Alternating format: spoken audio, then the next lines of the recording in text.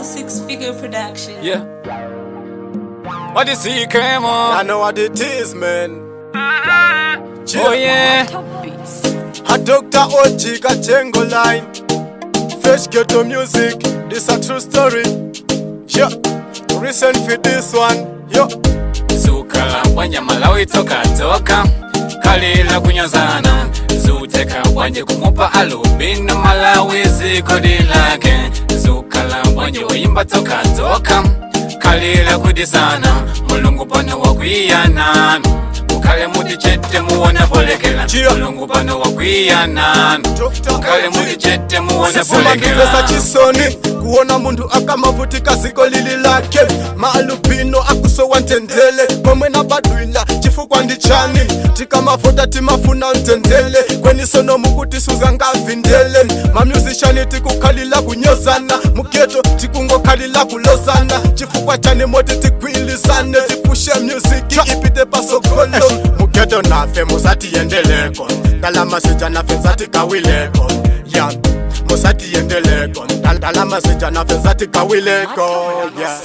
Zikukhala bwanj Malawi toka kalila kunyazana zuteka bwanj kumupa alubino Malawi zikodi lake zikukhala bwanj wimba toka kalila kudisana mulungu pano wakwiyana ukale muti chete muona polekela mulungu pano wakwiyana ukale muti chete muona polekela sike mufana wa usilu pano pamwandinyoze mapindula bujani mapahalubina mukuti ndalama ya usilu mulungu pano wakwiyana tuone kuti sikutela bwanj awekede yote futo lako ndijani ukakamila kisi pindo lake ndijani oye malo makunchite kukalila michede mupindula bochani nanasokolele tabwela ndikuketa muonesa chikondi oye wasamalikona nthawi ya vota mukawina muzidi kumbukila zikukhala bwanj Malawi toka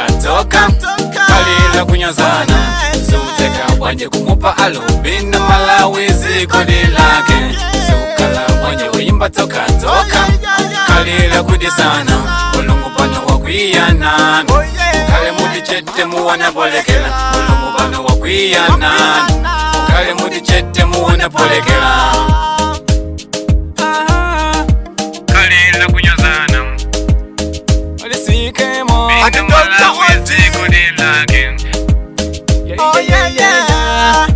kalila kudisana It's a true story. ukale muti chete muona polekela mulungu pano wakwiyana Sure. ukale muti chete muona polekela